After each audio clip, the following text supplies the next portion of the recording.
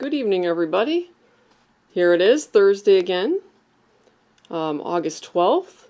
Here I am with our usual Thursday thoughts, but with a different, more serious spin to it. One of our State of the School addresses, and this one particularly about opening the 2021-22 school year. So thanks for tuning in. If you have any questions, feel free to write them in the comments below. Miss Margaret is sitting across my office at the conference table, and she'll help me see those questions if they do pop up, especially after I've presented everything, especially about protocol for this school year as we enter it. All right, so I'm mostly going to be showing you my Google Slides presentation, like I often do for these kind of State of the School. So if you bear with me, we're just going to switch the camera around a little bit. Okay, so here we are, State of the School.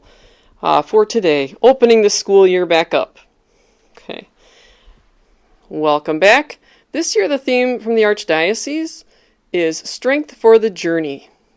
Tomorrow we're going to post pictures of the faculty and staff with our Strength for the Journey shirts. It's a really good theme for right now because, we do need strength. We're still, unfortunately, battling with COVID. We need God's help, of course, always, in regular times, but especially now too, while we're still making sure our students remain as healthy and safe as they were last year. All right, we like to start all of our meetings with prayer. So I'm going to quote just two verses from the book of Isaiah. We use this today. We had our faculty staff retreat for the beginning of the year, led by Father Peter and myself. So here's just a couple of quotes to think about as far as strength and God providing us strength for the journey. The first one is from chapter 41, verse 10 of Isaiah. Fear not, for I am with you. Be not dismayed, for I am your God. I will strengthen you. I will help you. I will uphold you with my righteous right hand. And again, Isaiah talks about strength in chapter 40, verse 31. But they who wait for the Lord shall renew their strength. They shall mount up with wings like eagles. They shall run and not be weary. They shall walk and not faint. Let us never forget to lean on God, Jesus, and each other for strength throughout life's challenges. Okay. So thank you for that moment of reflecting on the Bible and, of course, how this theme will help us through this school year. Before I get into COVID protocol, I thought I would just state a fun fact here, fun COVID safety fact, in case you were wondering. 81% of our full staff is vaccinated. That includes cleaning people, part-time, full-time, etc., and 88% among the teachers. So, if there were to be herd immunity among our faculty and staff, we've definitely earned that. We're well above the 70% needed. Okay, so with that in mind, a lot of things are going to look similar to last year as far as safety protocol with COVID. Okay, so this is as of August 2021, and of course this virus unfortunately remains fluid, and the CDC and the Archdiocese of Chicago are constantly evaluating if the rules and codes that they've put into place are still workable. So the main thing that I notice with the pattern is basically, we want to be never more than 15 minutes closer than 3 feet. Right, to each other. So if we remain 3 feet apart, masked, and of course, 15 minutes or less, if we have to be closer, then we're pretty much safe. All right, there's kind of an emphasis this year too on this virus being more airborne than being spread on surfaces. So that is something that has changed since last year. Okay, we're still going to go with masks. You heard that, right? Governor Pritzker mandated that in all schools, grammar schools and high schools, we need to have masks and they need to be over the nose. We are totally used to that. We know that we can take it off when eating. And we are still going to be separated when we eat too by about 4 feet. So I'm even extending that beyond the 3 feet that the Archdiocese is saying. I'm keeping the kids farther apart because we were so good at keeping COVID out of our school and certainly not transmitted within the school. So at lunchtime, they're going to be 4 feet apart. It's a little closer than last year, but more than the Arches and CDC's recommendation of 3 feet. Last year the kids on the third floor of our school, which is grades 4th through 8th, were able to take off their masks when supervised at recess, like when they were playing a group sport, when they were distanced. And that's okay with the new protocol. We are, however, going to keep the kids masked younger than that, so all the kids 3rd grade and below, even when they are outside.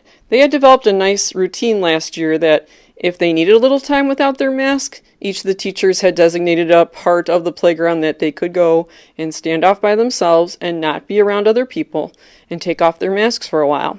And that would be their choice. Otherwise, the teachers are always very vigilant about how the kids are staying distanced from each other. So they did have them keep it on at recess and in gym and that kind of thing, because it really is just hard for them to keep at a distance. So pretty much, masks remain the same, and we will always be on the kids' cases about keeping that over their nose. Okay, arrival, we are still going to do it sort of staggered, meaning that we're still going to use the 3 entrances along Mason Avenue. However, the Archdiocese does not say that we have to do the full wellness check anymore, like taking temperatures and hand sanitizing and all that, but we still will. I still want to keep a wellness check of sorts. So that's why we're going to continue to divide them by different entrances. The time is just a little bit later. Last year we opened the doors at 7:30. We're going back to our 7:40 start time is when the doors will open to the kids. And just like last year, we have an aide, Miss Carmen, that helps us with the main door, and that's where preschool and kindergarten come in. Grades 1 through 3 get dropped off at the Torba Center door, which is the most south on Mason Avenue. And then grades 4th through 8th, everybody going up to the 3rd floor, goes in by the Polish school entrance, which is the very first entrance along Mason to our school. And Miss Margaret and I would take turns with those doors. We would alternate every day. And I really enjoyed saying hi to the kids every day. It was how I basically learned all their names. And we are still going to ask them, how are you feeling today? Every child will be asked that. If they give any indication of having any symptoms of COVID, we will still have the thermometers right there to take their temperature. As soon as they head upstairs, they will sanitize their hands upon entering each of the classrooms. That's just going to make it easier than us doing it, because especially in the winter with the little kid door, that was so hard for the kids to take off their gloves, keeping the rest of the kids standing outside and then maybe dropping their gloves and mittens up the stairs. So here, they'll be sanitized, but just once they're inside. So again, that's St. Ferdinand putting extra precaution on still dividing the kids up. It really did help the morning drop-off go smoothly, too, that we weren't all trying to get in one door. I know sometimes it's a little stressful in the morning with cars just pulling over real quick and dropping kids off. But for the most part, I was happy with the patience shown by our families. And I look forward to continuing that, too. So again, new time, 7:40 to 7:55. After that, kids are tardy and they have to come in the main door. But I hope we really do work on getting kids here between those times so that they can start the school day not late and missing out on valuable class time. I already talked about how they're going to hand sanitize when they get into their rooms and lunch 4 feet apart. Water bottles, again, they can have those year-round. They should bring them every day. They are not allowed to drink out of the drinking fountains. We can fill up water bottles there. So please make sure your child has a water bottle, okay, each and every day. Of course, they'll want to have it in the hot weather. They'll want to have it on gym days, but all year round too. Okay. Last year we staggered dismissal for a whole half hour, right? Last year it was between 2:30 and 3. Each of the rooms had their own times to be coming out so that they would never crisscross. Well, we don't have to be as stringent about keeping kids in cohorts. So we are still going to stagger, because I loved how smoothly that seemed to go in the parking lot compared to my first year. Having the kids come out at different times, I think, really helped. But it's only going to be 15 minutes. So between 2:45 and 3 o'clock is when all of the kids will come out.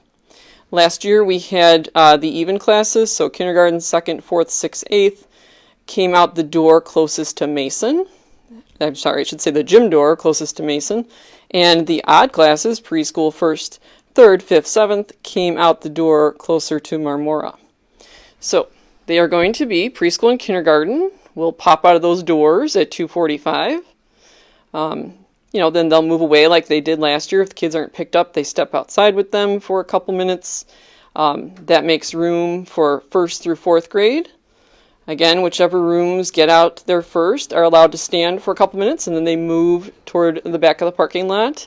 You basically got like a 5-minute window there to grab your 1st through 4th grader, and then the 5th through 8th grade at the end. Between 2:55 and 3 o'clock, they should pop out. Again, cars will be parked to the east of cones that we'll set up, or some people park on Mason, and that's fine as long as you're not double parking and interfering with cars turning off of Belmont. But yeah, so it's a little bit staggered. I think it'll still lend itself to smooth exiting at dismissal, still keeping the kids at safe distances, but not as spread out as it was last year. We want to have the kids in the class learning as much as possible, so this adds that valuable time to our day. Okay. Everybody's going to be getting a COVID protocol sheet. It's like a waiver that you signed when you come in last year. It was a very, very complex, a lot of legal terms in it. This year it's been toned down a little bit. You will see it. It's on a blue sheet of paper. You'll all get it on parent night, or it will go home the next day with your children, and that needs to be signed. You know, you can make it part of, if you haven't done your whole packet of the summer packet of papers, you can add it to that too. I picked this little image here, proceed with caution, because we really are, I hope you know that at Ferdinand's, we are taking the Arches and CDC's recommendations and still keeping just a tad safer than what they even recommend, just to keep our kids safe. I don't want to see anything change from last year. All right, so again, here's another page. So now what if, who's calling the school this late? All right, so page 2 of our safety protocol here. So what if when COVID does become a reality, right? If someone gets sick, someone comes down with COVID, tests positive for it, there is no longer a full class quarantine, okay? Last year it used to be if a child tested positive, then we would quarantine the room.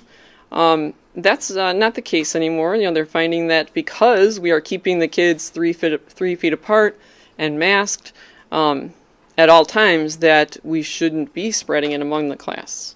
So, for the most part, those kids, if they get diagnosed, or, you know, if we have a child that develops the symptoms during the school day, just like last year, we have really, you know, we make no tolerance for that. If there's any kind of COVID symptom, you will be called to pick up your child, and they are suggesting that siblings also go home too, so we will follow that as well. Now, just like last year, you knew if your child, you know, let's say went home with a headache. We don't know if that's COVID or not. If they feel better a day later, they're welcome to come back to school, and the siblings too. But if the symptoms persist, you know, you have to keep your child home. And then just like last year, there should be a negative COVID test or a doctor's note indicating that they did not believe it was COVID for them to come back. So that was just like how it was at the end of last year, and we are keeping with that. And that's actually, you know, passed down from the Archdiocese as well. All right. So then I put in all caps here. If a student or staff tests positive, regardless of vaccination status, he or she must isolate for 10 days from the onset of symptoms or positive test result. And then to come back after the 10 days, of course, there should be no fever. I never heard of a fever lasting beyond those 10 days in our very few cases last year. But, you know, it's the same thing we did last year. If you were COVID positive, you did have to isolate for 10 days. 10 days from the onset of symptoms. That remains the same. And then, furthermore, non-vaccinated family members quarantine for 14 days from the last exposure to the positive family member. All right, so that is because, you know, last year sometimes this would equal 24 days. It's not. It's 14 days. Even if another child does not test positive, there's a chance they could. So their quarantine is actually longer. It was like that last year too. If you got COVID, it was 10 days. If you are a close contact person, which is mostly family members, it's 14 days. And then, so basically, once, you know, that's the family and of someone who is COVID positive. You know, the same thing would happen if a family member is COVID positive. the children, like if the father of the family got COVID positive, the children should be staying home if they are not vaccinated, which is most of our students at this point, and they would quarantine for 14 days. However, we're not quarantining whole classes because of this fact that we're keeping the kids 3 feet apart at all times.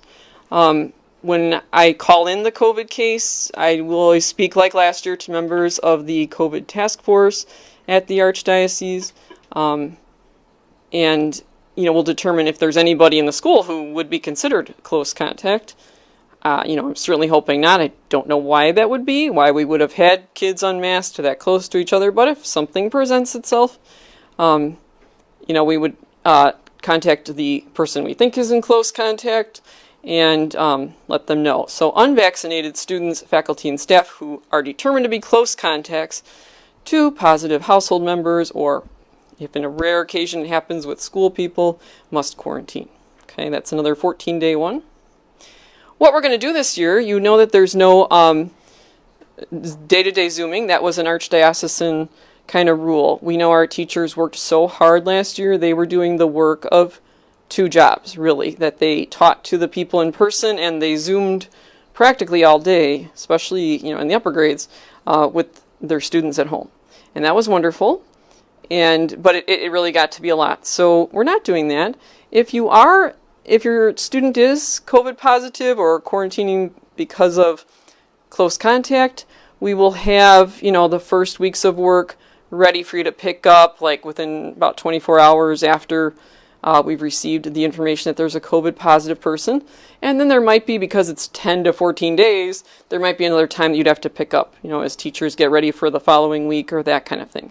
So there will be, it's as if your child was just having a normal sick day and you want to come and pick up their work. Yeah, you could get their work.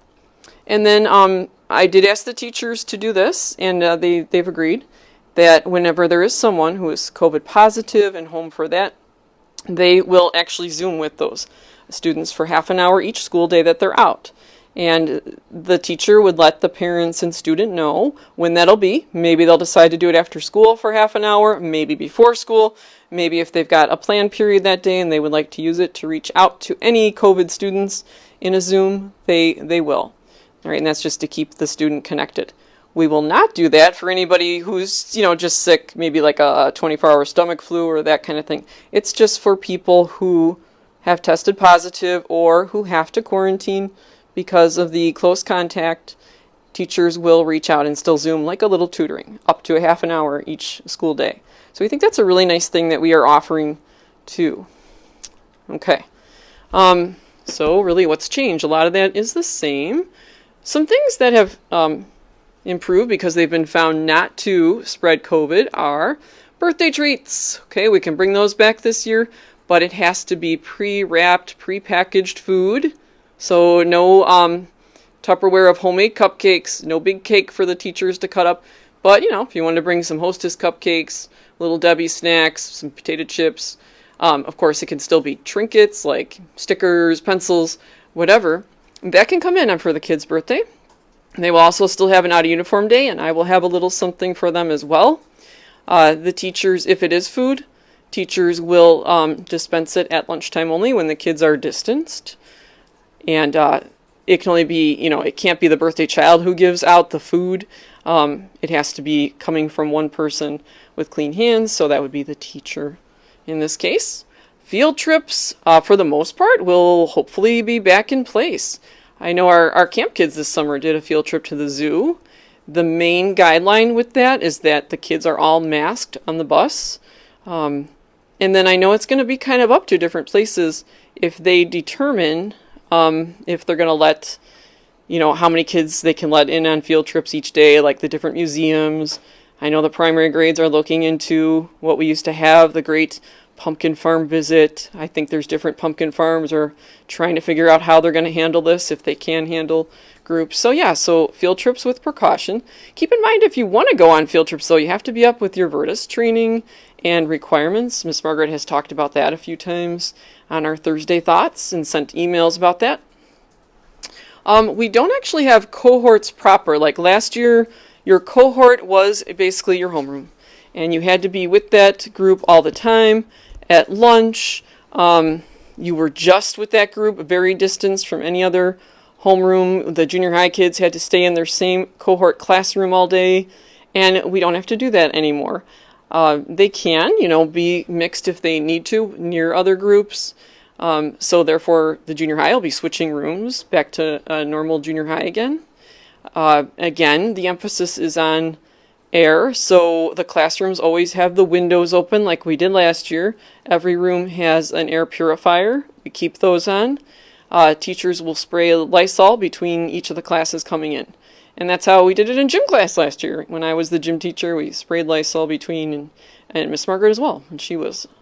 So yeah, that's how we're doing it. So that's kind of nice. The kids can also go to their specials rooms. Last year, Sister Agnes came to the rooms for religion, Senor Tapia. Now they can go to those rooms too. Same thing, windows will be open, air purified, Lysol air between classes is what we're doing. There aren't too many good things that have come out of COVID, but honestly, in my opinion, one of the good things that has come out is that schools are getting a lot of assistance to help make up for deficiencies that may have happened during COVID or to assist with distance learning. So one of those is the AINS grant, and that's emergency assistance to non-public schools. Miss Margaret and I have put in some time with that. Miss Margaret's done a lot of revisions to that. We always have to submit to the state. We've been given a very large amount of money, and we can use it to get things that will help with distance learning or to make up COVID deficiencies, like our school counselor will be paid with some of those monies. We're going to get Promethean boards, which are like smart boards for each class. Things like that are a little bit on delay, and that's only because the state, all the paperwork that has to go through the state is a little bit delayed, but all these things are happening. Our math program, our science, we have new science books coming through, and we can get it through that fund because it contains a component that enables the kids to do online learning. So it's really going to be great that we will have new science books after many years. Again, all this is coming this fall. There's also something called the ECF, the Emergency Connectivity Fund, and that too is to provide devices for every student in the schools.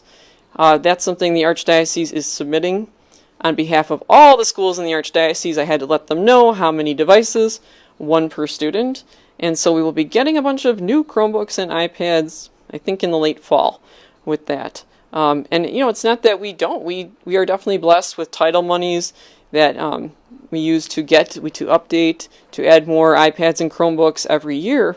But this is literally, they're going to hand us, I think, 160 new devices. So that is going to be awesome. Okay. One other thing, though, we did submit through AINS monies to get a PE teacher and an art teacher here, and that is going to, help. We can do that through this kind of funding because having the kids exercise and express themselves through art helps with any kind of feelings that they might be harboring, uncomfortable feelings through all this COVID. So we got approved for that, to get a PE teacher and an art teacher through the funding of this, but I don't know. Are you aware that there's a teacher shortage out there? So I am still looking for the PE and art teachers at this point. We will still start art and PE probably the second week of school, even if that means it's me temporarily doing the PE. I won't do it the whole year, but it was fun last year, and it gives the teachers their needed planning times, and it gives the kids their break away from sitting in the classrooms. So we still will, but stay tuned as to who those teachers are. Last week I introduced you to Ms. Martin, our new 4th grade teacher. Can't wait till I can introduce. That's basically all the COVID protocols. So if I missed something or you want clarifications, again, you can please just add it to the comments. But in the meantime, we want to keep growing our school. It's amazing. We have so far 31 new students coming in. We're well above what we had budgeted would come in. So I can't emphasize enough. Please keep spreading the good news about St. Ferdinand School. Next time I do one of these State of the School, I'll have our school goals.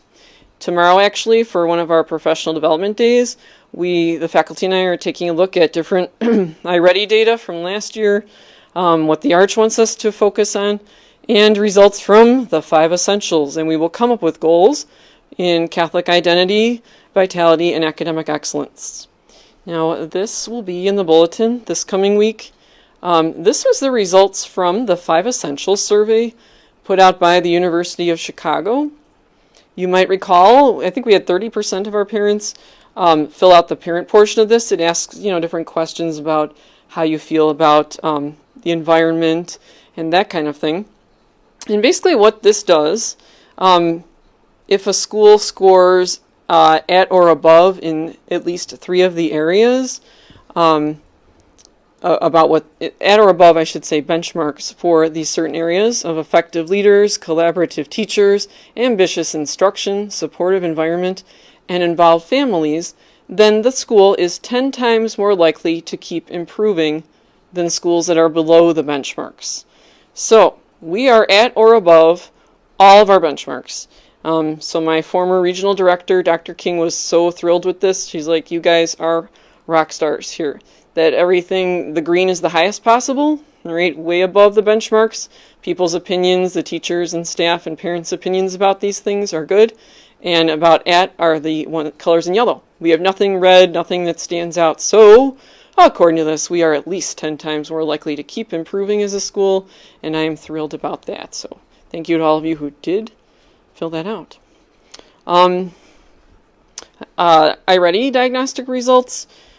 We did publish this in the bulletin this past week, too. So iReady is the diagnostic tool we use as a component of our math and reading programs. Of course, the actual teaching of the subject is the most important. And then about once a week, the kids have to go on to iReady for half an hour to 45 minutes. And iReady gives them problems that are tailored to their levels. Okay? And as you can see this year, of schools like, we are higher, St. Ferdinand School, than the national average. For fall reading, this is for the percent of students in a school that were mid or above grade level. And remember, in the fall, they were coming off of the whole quarantine, right? Last fall, a year ago, it was the first time back in schools.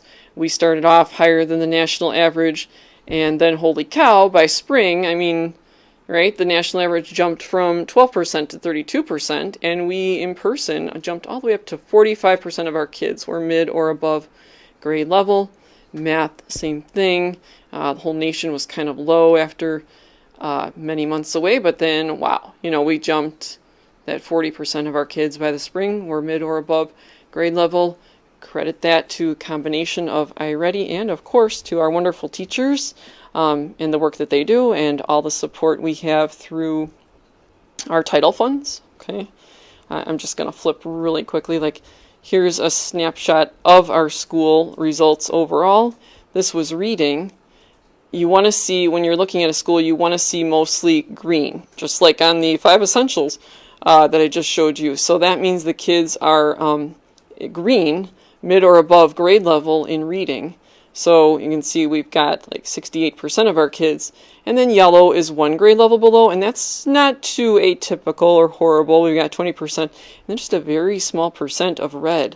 We don't want to see a lot of red in these results. So this was by the spring. That's pretty awesome. And then math, very similar to that as well. We see lots of green, 60% of our kids, mid or above grade level.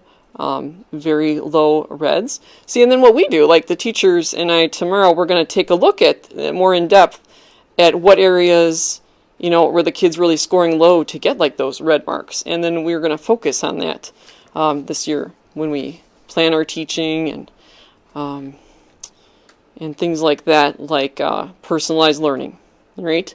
So I'm looking forward to this school year. We're already used to all the COVID protocols, so I don't, think there's going to be much adjustment. And to all our new preschoolers who are coming in, preschool just adapted so easily to that. Miss Marta and Miss Patty are wonderful first teachers for them, for their first experiences, and they really did. They were probably the best in our school of keeping their masks where they were supposed to be. But I'm looking forward to all these things this year. Our new pastor, if you haven't met Father Peter Gowinski yet, he's very involved. He has spent his first month and a half really, really involved and concerned about anything that may have popped up here at school, and today he was with us for Mass, retreat, and then he even stayed for all of our meetings. He's really, dead set on growing the school. He's got a goal in mind for our 100-year anniversary, which isn't just a few years, but maybe he wants to talk about that, so I don't want to take his words from him, but it's really great to see somebody with so much hope and plans for our school. That's great. Marketing, we're continuing to market. We're in the process right now of getting banners put out on the Belmont light posts, just like St. Pat's does. When you drive down Belmont in Austin, you see a bunch of St. Patrick High School banners, and sometimes people tell us they didn't even know our school was here, so we're getting banners put on the light posts. Parent Mario Rodriguez, who's on our school advisory board, is helping us with that, so stay tuned. I hope by early fall those will be done and hanging, and people will be like, hey, look at that school across from St. Pat's. I'm excited that parents can be more involved again. We're kind of looking at, we might need parents in the school on Wednesdays to help clean the lunch tables between lunch periods. We'll send out more word about that. Already talked about field trips. Parents, if you're up on your Virtus training, then you can be chaperones for field trips. And school advisory board. We have our first meeting in September, and I would love to see more people join that group. I'm going to need a new athletic director when athletics return. We offered volleyball and basketball 2 years ago, and we had a good athletic director, but her children have all graduated now, so we're going to need that. I know some people have already approached me about coaching. Can't wait to return to coaching. That's great. And I do want to resurrect Parent Club, which kind of seemed to come to a halt before my time here, but we want to bring that back. And we've definitely got parents who have approached me with different ideas that I think would be good to start that. Fundraising, if you ever have any ideas for other dine-in shares, once a month we try to do a dine-in share. We're going to bring back pushing the box tops. That's all changed to electronic now with store receipts. We're going to get involved with Amazon Smile, and that's a way that you log in before purchasing on Amazon so that a % of what you buy goes back to St. Ferdinand. We've had a few fun runs. They've all been very fun, that's for sure. But other schools in our council, in our area, use a company called Boosterthon and make really like at least twice what we managed to pull in. So we're going to try them. We've signed a contract with Boosterthon. You'll be getting more word about this. So far, the only word we've had is if your company wants to be a sponsor on our t-shirts. We've heard from a couple companies that parents work for, as well as some of the high schools that we feed into have already agreed to put like their logos or their name. I talked about you can even have like your family name put on or something if you'd like. Those prices start at $100 and up. But what you'll find out is that Boosterthon, one of their main drivers in increasing our profits is that each of the kids will have like an online video that puts their picture in, and then the parents kind of send that out to relatives, and relatives end up donating. So it's neat. It does bring in a lot of money. There's a lot of fun days of ideas right before Boosterthon, and then they're actually the people at the company come out that day and decorate our parking lot with tons of like balloon bridges and that sort of thing. So it'll ultimately be October 1st, but if you want to be a part of sponsoring the shirt, it's due by August 26th. Information on that was in a school messenger. We'll send hard copies the first week of school, and it'll be in the church bulletin as well. And I'm excited about this too. We're going to try to have once a month Ferd's Friday Family Fun Nights. Always hoping to make a little bit of money off that. The first one is going to be Friday, September 17th, and we're going to do fans and food trucks. Just so happens that both the White Sox and the Cubs are playing that particular night, Friday the 17th. We're going to try to broadcast both games and also have a couple food trucks there. So far we have Tino's, which is, I think things like mozzarella sticks and hot dogs, and then Kona Ice, which we had for our fun run last year, and the kids loved that. All kinds of flavors of iced, like Italian ice, yeah. So those are what we've got coming. That should be a fun night. Even if it were to rain, we would move it safely, so maybe the Cubs game is in the activity center and the Sox game in the gym, or vice versa, and the truck's close by the door, so that should be fun. Mark your calendar. There'll be a flyer soon about that. Okay. I'm also excited because last year we piloted SEL learning for the Archdiocese, and the teachers tried it in their classrooms to get a feel for it. And so we're going to be adding SEL circles to their classroom times, a couple times a week. All of the Archdiocesan school are focusing on raising children who are anti-racist. And so we've been talking about as all the principals, whenever all the principals meet virtually, we've had lots of in-services about this. The teachers and I had to read some books this summer, and we're going to be discussing them as part of our Monday professional development, and then start to present this too as part of our SEL learning time. A lot of anti-racist ideas, of course, stem from being Catholic and treating everybody fairly and seeing through the eyes of Jesus. We are also working on personalized learning, okay, and we are incorporating something called the Daily Five. This was an in-service that we watched virtually last year, and I really liked it. There's a school similar to ours, like on the south side of Chicago, that implemented personalized learning, and the kids have done so much better on their standardized tests, and enrollment has improved. And I just can't wait to see this, because a million years ago when I was a young teacher and teaching English, I did have personalized portfolios for all of my junior high writing kids, and this kind of uses part of that. You'll hear more about it. The Daily Five is something that incorporates all different aspects of ELA. So each grade level is going to be using it for their English and reading, and Miss Coco is even going to try to incorporate some of it for the junior high math too. So we've got a lot of that. It has so much potential for being an excellent way to teach the kids, and I'm excited about that. And then also, along with our SEL training from last year, we have Caring School Community Revamped Discipline Program. This is especially for the upper grades. We're going to have a way of communicating more and having the kids state their sides and meet with the teachers or myself about their behavior. And it'll kind of, how we shape it will be taking the place of the discipline referral notes, which got kind of scattered, and I don't know, just a way of keeping all the information and disciplining the kids not in punitive ways, but first just having them take ownership of their behavior and improving it. I'm excited that athletics can come back, yay, and clubs. So we've had some outside organizations like the chess club has contacted us, and then the teachers were running clubs back in 2019, and I think they'll be offering some of those to the students as well. I'm very, very excited about that. And then free lunch all year. We had free lunch all of last year. There will be no more of those take-home days. I think that used to be on Wednesdays where kids would take home breakfast and snack items.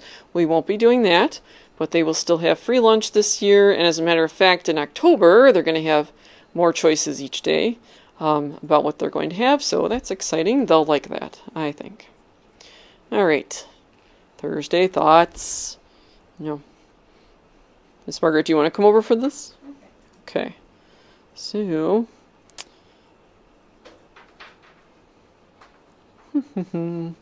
our usual Thursday thoughts, right? Where we try to tell you about things that are coming up and the things that you would immediately want to know about. So, do you want to talk about let's talk about the ice cream social, right? Okay. Okay, you want to hold up that? Okay. Alrighty, let's see here. So Miss Margaret has moved closer to me. Here's our usual flyer about Meet the Teacher Night on Monday. Can't believe it, alright? We'll open the doors about 5:45, 10 to 6. When you come through the main entrance, Miss Ginny will be on hand to give you your raffle tickets for the year, and then we'll direct you toward your children's homeroom class. Teachers are going to give brief presentations. You do need to come in masked. Indoors is masked. They'll speak for about 15, 20 minutes, maybe up to a half an hour. Father Peter and I plan to make the rounds. Hopefully we'll get to each class. And every family is going to receive a little St. Ferdinand item. And then also you get a raffle ticket to, when you come outside to the ice cream social, you get to enter to win some prizes. Divvy bike passes. dentist uniform gift certificates, and we'll see if we can come up with other things too. So this should be an informative and fun night. Oh, and you can bring your kids' school supplies that night too. You won't be unpacking them or anything, but they'll just be in the room. You can still do that on the first day of school, but I know a lot of parents prefer to just drop them off on this Meet the Teacher night. So, yay. So that's good. What else do you got there, Miss Margaret? All of our summer reading logs and stuff. And All summer right. papers. Okay. Do you want to talk about that? Sure. Not so much. Yeah, just another reminder, summer reading and math log. Have your kids fill this out. It was part of the summer packet. It's also available online if you want extra copies anytime they read. You can just initial and fill in. The other side is math. Maybe they have done some online math work at sites. Maybe you have worksheets that you've printed out for them to do. Make sure they bring this in. Every kid who does this and turns it in by Friday, August 20th gets a prize, and then the kids with the most minutes get bigger prizes. So that's good. And then behind that is part of the parent packet. Everybody received this at the end of last school year. If you're a new family, welcome, and you got it upon registration. It also has that school supply list. Hopefully you've already done your school supply shopping. It has emergency contact information, enrolling in extended care, etc., etc. So parents, that's really up to you to fill all that in. Some parents have already dropped theirs off. Otherwise, please make sure your child brings it on the first day of school. Okay. So anything else, Miss Margaret? Did we talk about Boosterthon? Yeah, the Boosterthon. The Right. t-shirt? Oh, you've got that too. Excellent. Okay. All right. So here was what I was talking about before with the Boosterthon t-shirt sponsorship. This went home. This has gone to local businesses due to the legwork of Miss Margaret and Miss Jenny. And people can, on anywhere from $100 to $750 can be a part of the t-shirt that all the students will get on the day of our fun run and help us earn a little bit more money. All right. So let's see your shirt, Miss Margaret. This is the new shirt I made for the teachers with the strength for the journey. And behind, there we are. We are strong. You're going to see all the teachers pose with this tomorrow too. We are ready to be strong for the journey of the rest of the school year. So thank you, Miss Margaret. All right. So anything else? I also have, that what I talked about here. The White Sox Cubs, our first Fun Family Friday on September 17th for Cubs and Sox fans. You'll wear your Cubs and Sox clothes. The kids are actually going to have an out of uniform day that day to also wear their Sox and Cubs things and enjoy the food trucks and enjoy the game and enjoy camaraderie in lawn chairs and that type of thing. Also, school board. If you think you'd like to join school board, we are definitely looking for some new members. We have a great but small group of very involved parents who want to make sure that our school continues to succeed at all levels. So if you'd like to see what that's about, feel free to mark your calendar. We were going to have an August meeting, but that has to be canceled because from the rectory, both brother and father will not be in town that particular night. So we're going to have our first meeting on Thursday, September 16th, when everybody from the rectory can be there as well, because they do desperately, they don't want to miss the meetings, especially Father Peter. He wants, he is involved in the school and he wants to be here the first time meeting the school board people up close. So that's all those things. All right, Margaret, were there any questions? Really? Okay, so if anybody still wants to put in any thoughts, still anything that's popped up that maybe I've neglected to talk about, and you can always send me an email separately as well. Again, if you just always give me and any of the teachers really about 24 hours to answer, because some days are busy. If there's not a planned period, okay, then maybe we can't get to you, or if things are popping up during the day, but we always intend to within 24 hours. So yeah, I think that's about it. Also, I guess maybe keep in mind too that if you do email any of us in the evening, just please know that after 6 o'clock, chances are we won't be able to get to you till sometime tomorrow during the school day, right? Just so that we can all enjoy time with our families too, which is needed. We want to address your concerns, we definitely do, but we also need to spend time with our families, which sometimes got neglected in all the craziness last year and the year before that with how intense COVID was. So thank you for your cooperation with that. Oh, thanks, Mrs. Walsh. All right. I can see that comment here. All right. So yeah, I'm looking forward to a great school year too. Things are really on the positive here, and I'm so thrilled about that. So, we come to you every Thursday with a recap of everything you'll find online in the Thursday Thoughts. Miss Margaret does a great job of sending the link to all those, and we look forward to seeing you all Monday night. Brief presentations, ice cream social outside, maybe win a prize, go home with a packet of information from your children's homeroom teachers, as well as a little special present, St. Ferdinand present. And I think that's about it. You think of anything else, Miss Margaret?